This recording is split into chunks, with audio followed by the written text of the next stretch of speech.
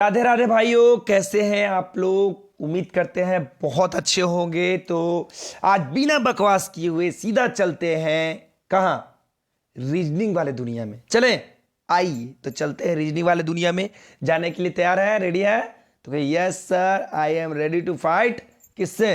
Reasoning से। तो जो भी बच्चों को लगता है कि रीजनिंग कमजोर है हमारा, धीरे धीरे सोचना बंद कर दिया। पूरा सभी जितने वीडियो हम डाले हैं ना, उसको हम प्ले लिस्ट में हम डाल देंगे, आप लोग देख लीजिएगा, ठीक है? कोई दिक्कत नहीं। चलिए सवाल पढ़ते हैं। देखिए, 42 छात्राओं की कक्षा में सुधा सुधा का क्रम ऊपर से 16वां है और उसका क्रम अंत से कितना होगा? बताइए, 5 सेकंड में बना है या 20 सेकंड में? तो कहिए सर 5 सेकंड में। तो अगर 5 सेकंड में समझना है तो अच्छे छात्र दोनों तरीका से बता दे रहे हैं। 42 में से 16 घटा लेंगे, आ जाएगा 26। अब बस इसमें एक प्लस कर लीजिएगा, आ जाएगा 27। यही हो गया आंसर। कहिए सर कैसे हुआ, हम समझे नहीं, हमको पागला समझ रहे हैं क्या? देखो हम समझाते बच्चे, समझो। 42 को छात्र के पूरा कक्षा है, समझिएगा बात को अच्छे से समझिएगा। सुधा का क्रम ऊपर से 16वां है। क्या है? ऊपर से 16वां है। बात को समझिएगा, यहां से सुधा का जो क्रम है वो 16वां है, ऊपर से 16वां है। तो बताइए दोस्तों, उसका अंत से कितना होगा? क्या कीजिएगा, अंत से सबसे पहले संख्या को निकालिए। अंत से तो यहां तक, यहां चल गया, पूरा पूरा कक्षा के निकालिए। तो पूरा कक्षा के निकालना होगा तो 42 में से 16 घटा दीजिएगा, आ जाएगा 26। लेकिन सुधा के संख्या वह जुटवे नहीं किया। सुधा का जगह तो यहाँ हुआ ना, बात को समझ रहे हैं ना? तो यहाँ पे क्या कर लीजिएगा, एक प्लस कर लीजिएगा, तो आ जाएगा कितना? 27। तो नीचे से जब भी पूछेगा आपको, मिस्टेक मत कीजिएगा कि 26 हो गया नीचे से 42 में से 16, नहीं, एक का हो जाएगा, प्लस हो जाएगा। कैसे हुआ ये भी समझ गए होंगे। उम्मीद करते हैं हमारे प्यारे बच्चे बच्चियों आपको समझ में आ गया होगा। और कहीं कोई तकलीफ हो जाए तो एक बार कमेंट बॉक्स में जरूर बताइएगा। और जहां बच्चों एक बात और बताना है, लास्ट में क्वेश्चन में अनाउंस करेंगे। ओ भाई, ये भी बहुत बढ़िया क्वेश्चन है, बताया हुआ क्वेश्चन है, फिर से आ गया। चलो कोई दिक्कत नहीं है, फिर से इसको बना लेते हैं। कुछ समीकरण का हल किसी विशिष्ट पैटर्न के अनुसार निकाला गया है। वाह वाह, क्या बात है। उसी आधार पर उन समीकरणों का हल निकाले जिनका हल नहीं निकाला गया है। किनका हल नहीं निकाला गया भाई? तो ये भाई साहब का नहीं निकाला गया। चलिए, तो देखो, समीकरण ये दो प्रकार से दिया हुआ है।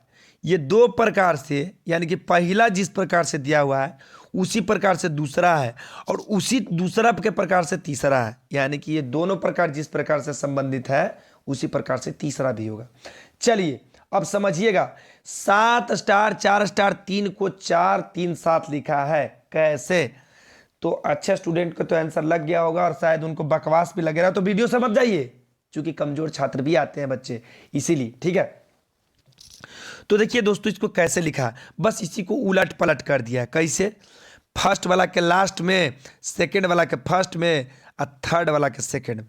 नहीं समझे? समझिए, ये जो फर्स्ट वाला जो दिया हुआ है 7, ये इधर से फर्स्ट वाला, इसको वहां पे कर दिया किधर? लास्ट में, यानी तीसरा स्थान पे इसको कर दिया। और चारवा के कर दिया है दूसरा स्थान पे। बात को समझ रहे हैं? चारवा को पहला स्थान पे, माफ कीजिएगा, ये जो दूसरा का स्थान है ना, चारवा को पहला स्थान पे कर दिया है। और तीनवा के कर दिया है कैमा स्थान पे? तीनवा जो तीसरा का ही वाला है, एक कर दिया दूसरा स्थान पे। मतलब 3 1 2 सब के पहलका के हो गया। उसी प्रकार यहाँ भी देख लीजिए, ये फर्स्ट में है तो यहाँ पे चल गया लास्ट में, तो एक संख्या लास्ट कर देते हैं। जो सेकंड वाला है वो चल गया फर्स्ट में। कहाँ? फर्स्ट में। एक मिनट, जरा दिखाई शायद आपको नहीं दे रहा होगा, तो आज का कलमिया से लिख देते हैं, ठीक है? देखिए, 8वां के कर दिया, ये तीसरा का स्थान पे एने से पहला था, वाह, पिछलंडिया हो गया। ये 6 जो है ये बड़ा भितरा टाइप के लग रहा है, ठीक है? ये बड़ा भितरा टाइप के लग रहा है, पहला स्थान पे आ गया, ये दूसरा से, ये जो दूसरका से आ गया कमा पहिलका पे, ये जो तीसरका वाला था ये आ गया दूसरका पे। चलिए सबको वही कर देंगे। चलिए, ये जो पहिलका है इसको कर देंगे कहाँ? तीसरका पे। चलिए तीसरका पे आ गया, चलते हैं। अब ये जो दूसरका है इसको कर देंगे पहला पे, तो आ गया पहला पे ही। तो बच गया बीच में कौन? बीच में बच गया 6। तो बीच में बच गया कैमा स्थान पे था? इधर से तीसरा है, हो जाएगा ये दूसरा। देखा है ना, दूसरा तीसरा का जो है दूसरा का स्थान पे, तो यहाँ पे कर देंगे 6। तो बताइए 364 किस ऑप्शन में है? तो सही कहिए सर, यहाँ थोड़ा सा मीटर थोड़ा सा गूगल टाइप के लग रहा है। चलिए ये देखिए बाबू, इस बार नहीं सीखोगे ना तो कभी नहीं सीखोगे।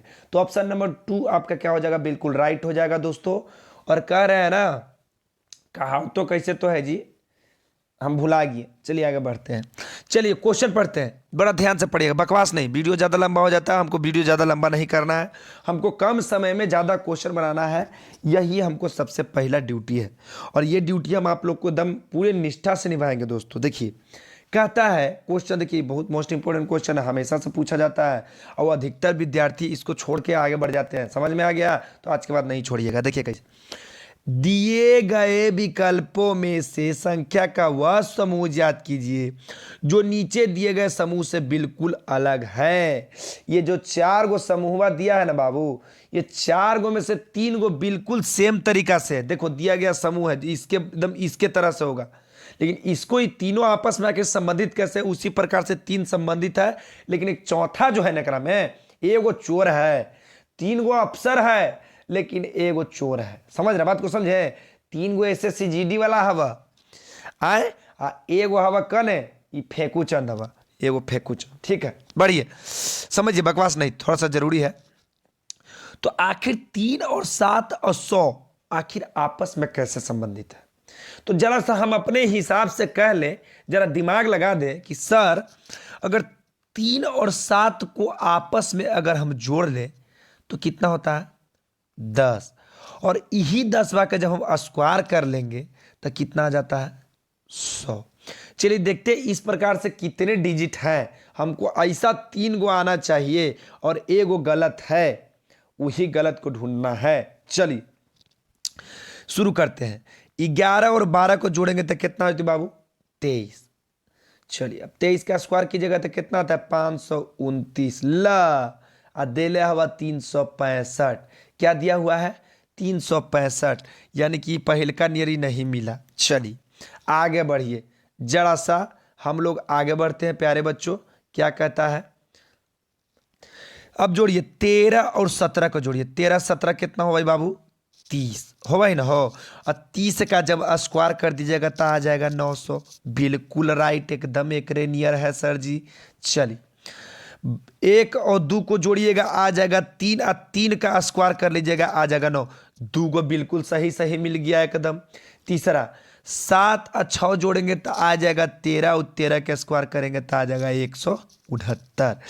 एक मतलब ये हुआ कि ये भी सही, ये भी सही, ये भी सही, तो गलत कौन? कहिएगा सर ऑप्शन नंबर ये ही हो गया आंसर। कहिएगा सर ये तो गलत था। नहीं, पूछ क्या रहा है? दिए गए समूह जो नीचे दिए गए समूह से बिल्कुल अलग है, यानी 3 से बिल्कुल अलग कौन है? ई है। ये दिया गया समूह से कौन अलग है? ई है। बाकी तो सब एक ही नियम की है सोल्यूशन। तो उम्मीद करते हैं आपको बिल्कुल अच्छे तरीके से समझ में आ गया होगा, और कहीं से कोई तकलीफ हो तो एक बार जरूर बताइएगा।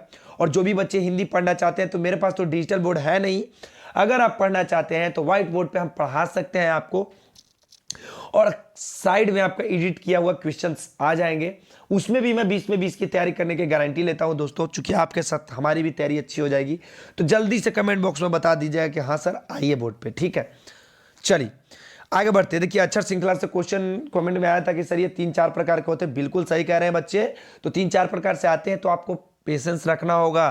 पेशेंस रखिए और अच्छे से ध्यान लगा के मन लगा के पढ़िए। चलिए अब देखिए, दी गई श्रृंखला में अगला संख्या क्या होगा? कहां पे? प्रश्नवाचक चिन्ह, यहीं पे हमको चाहिए अगला संख्या।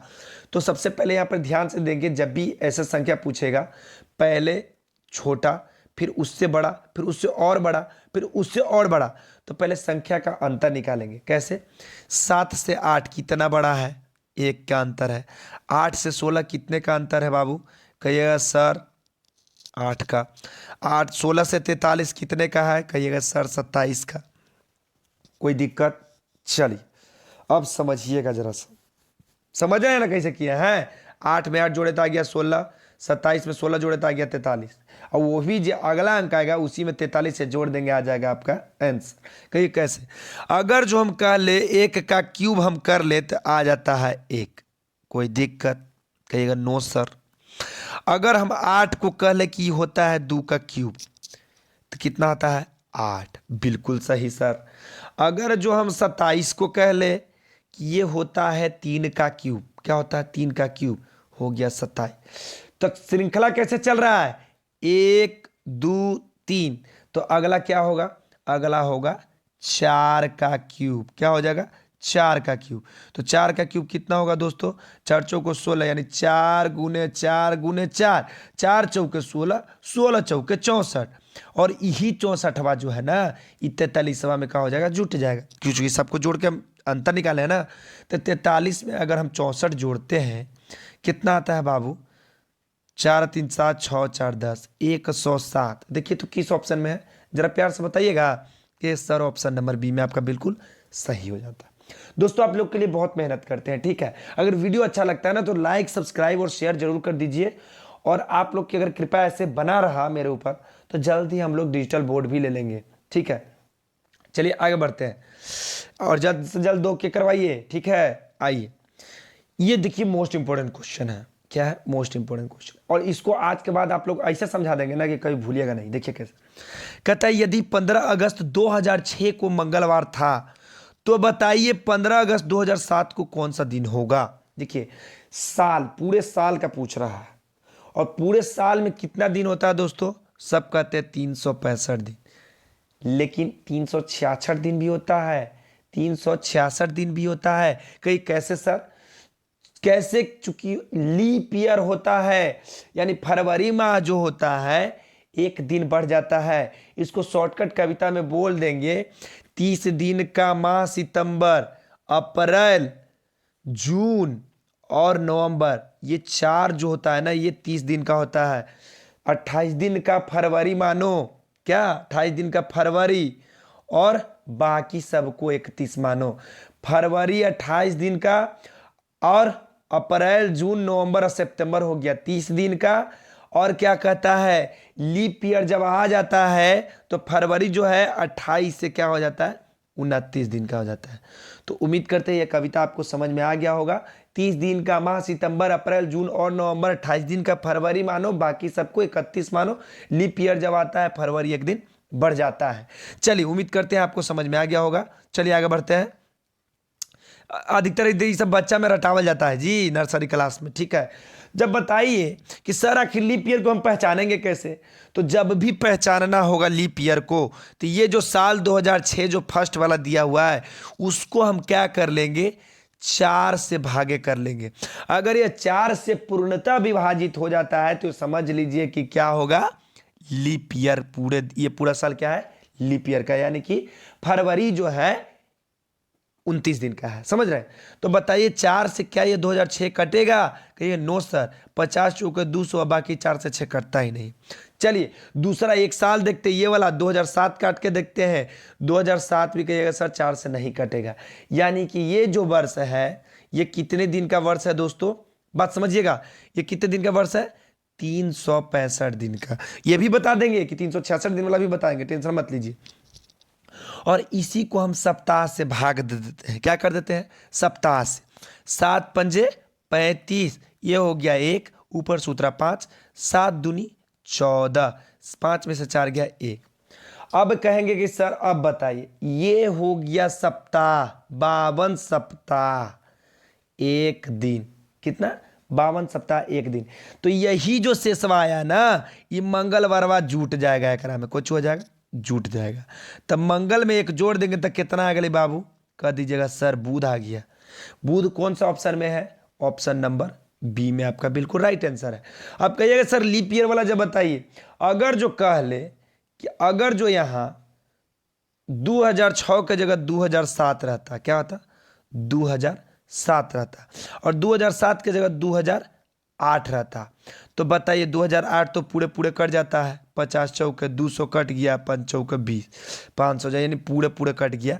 तो एकरा में क्या हो जाएगा, ये साल जो है 366 दिन का हो जाएगा। कितने दिन का, 366 दिन का। और इसी को 7 में भागे कर देंगे, आ जाएगा 6 में से 5 गया 1, ऊपर सूत्रा 6 और 7 दूनी 14, यही 52 सप्ताह 2 दिन में मंगलवार जुड़ जाता, ये हो जाता आपका आंसर। बुध बृहस्पति, क्या हो जाता बृहस्पति, यानी लीप ईयर वाला रहता तो क्या हो जाता बृहस्पतिवार हो जाता। और 2006 की जगह 2007 रहता, 2007 की जगह 2008 रहता। उम्मीद करते हैं आपको समझ में आ गया होगा, और कहीं से कोई तकलीफ है तो बताइएगा। अभी तो फोन पे इतना अच्छा से बता रहे हैं मेरे प्यारे बच्चों बिना स्पेस के, जिस दिन बोर्ड पे आएंगे ना आप लोग जरूर कहिएगा सर तो नहीं, आप लोग को भाई जैसा ही हूँ, चूंकि just I am 23 years old, बस मैं 23.5 साल का हूँ, और 23.5 साल में आप समझ ही सकते हो कुछ गलती भी हो जाए तो आप लोग माफ़ जरूर कर दीजिएगा, ठीक है। चलिए आगे बढ़ते हैं। आगे ये लीजिए, आपका आज का होमवर्क का सवाल है। कल आपको सबसे पहले देखते हैं किनका कमेंट आया था। आज जो कमेंट आया था उनका नाम था विश्वदीप राभा, रंभा या राभा कुछ नाम था ऐसे, माफ कीजिएगा, राभा, हाँ राभा नाम था। उनका आंसर बिल्कुल करेक्ट था बच्चे, और आप बहुत आगे तक जाइएगा। मैं आपको कमेंट में रिप्लाई भी किया हूं, बहुत अच्छे कर रहे हैं आप, ऐसे करते रहिए। और एग्जाम के बाद भी आप क्लास कीजिएगा।